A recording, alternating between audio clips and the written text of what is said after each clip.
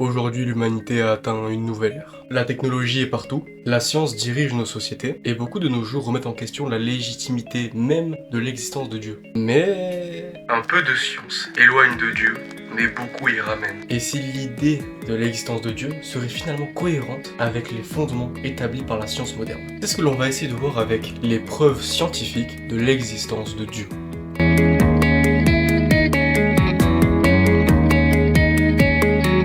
Avant la théorie du Big Bang, aujourd'hui adoptée et acceptée par l'ensemble de la communauté scientifique, nous pensions que l'univers n'avait ni début ni fin, qu'il avait toujours été là. Jusqu'en 1927, où l'astrophysicien catholique belge Georges Lemaître conceptualisera ce que l'on appelle aujourd'hui la théorie du Big Bang. Mais une question se pose alors, avant que le Big Bang explose et commence son expansion, ce n'était qu'une singularité 4 fois plus petite qu'un grain de sable. Et là vous allez me dire, Oui, mais alors, où tu veux en venir? eh bien c'est très simple, qu'est-ce que cette singularité faisait là? Pourquoi a-t-elle été créée? Et qu'est-ce qui a déclenché son processus d'expansion? Avant d'expliquer qu'est-ce qui est à l'origine de ça, laissez-moi vous parler de deux concepts importants, l'espace et le temps. L'espace peut être aussi appelé distance, ce qui fait que entre moi et mon bureau par exemple, il y a quelque chose, il y a une distance qui nous sépare, un espace défini.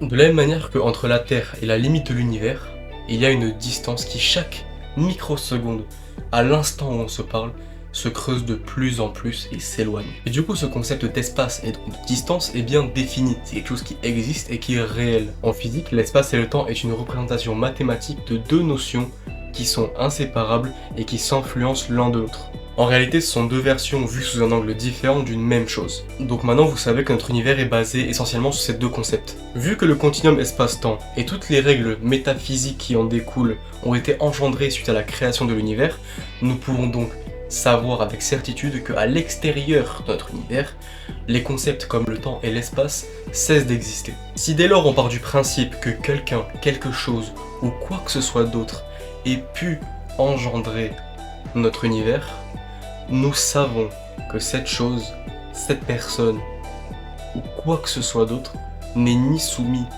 par le temps, ni soumis par l'espace, ni par quelconque autre loi physique qui régit notre monde. S'il y a bien un élément qui a permis à l'existence d'être possible, c'est deux choses.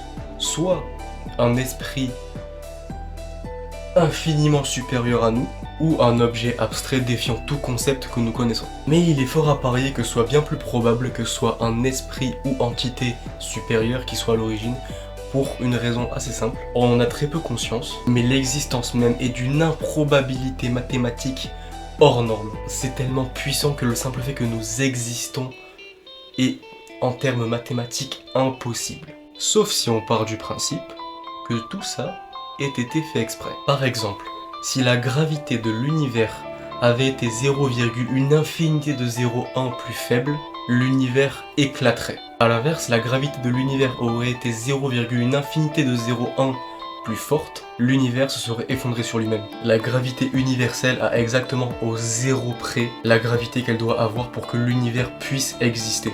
Quel pourcentage de chance il y avait pour que cela se produise seul?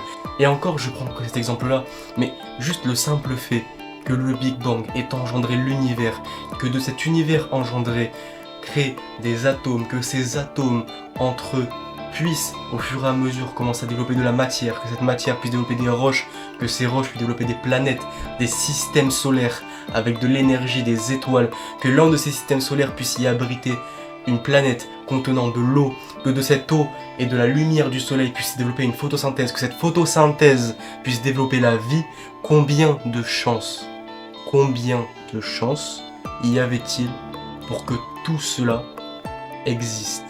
On parle pas d'une simple probabilité idiote, on parle de milliards de probabilités qui avaient une infinité de chances de ne pas marcher et qui tous, chaque probabilité, aussi infinie soit-elle, ont tous exactement le même point qui fait que aujourd'hui je suis là en train de vous parler et que vous êtes là en train d'écouter.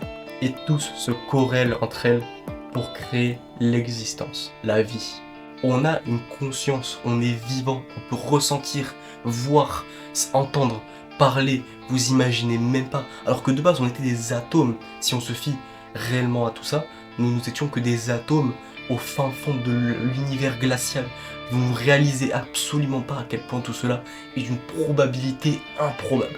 Il est donc logique, en s'appuyant sur tout ça, de au moins, sans croire en une religion, croire en un créateur. Quelque chose qui a paramétré tout ça pour que cela arrive. Ensuite, je vais répondre à une question qui est souvent posée par les non-croyants. Dans ce cas-là, si Dieu existe, qu'est-ce qui a créé, causé Dieu? Comme nous l'avons vu tout à l'heure, l'extérieur de l'univers n'est pas régi par le continuum espace-temps. Donc du coup, il n'est ni soumis par la distance, ni par le temps. Le temps et la distance n'existent pas. Et donc quelque chose qui n'est ni soumis par la distance, ni soumis par le temps, n'a non seulement pas besoin d'être contenu quelque part, il est infini, mais en plus de ça, il n'est pas soumis par le temps. Donc, n'a ni de début et n'a ni de fin, car le début et la fin sont des concepts temporels. Mais cela ne s'applique pas à quelque chose qui n'est pas soumis à la temporalité. Il n'est pas soumis à quelconque temporalité, à quelconque forme de logique physique comme nous en sommes soumis.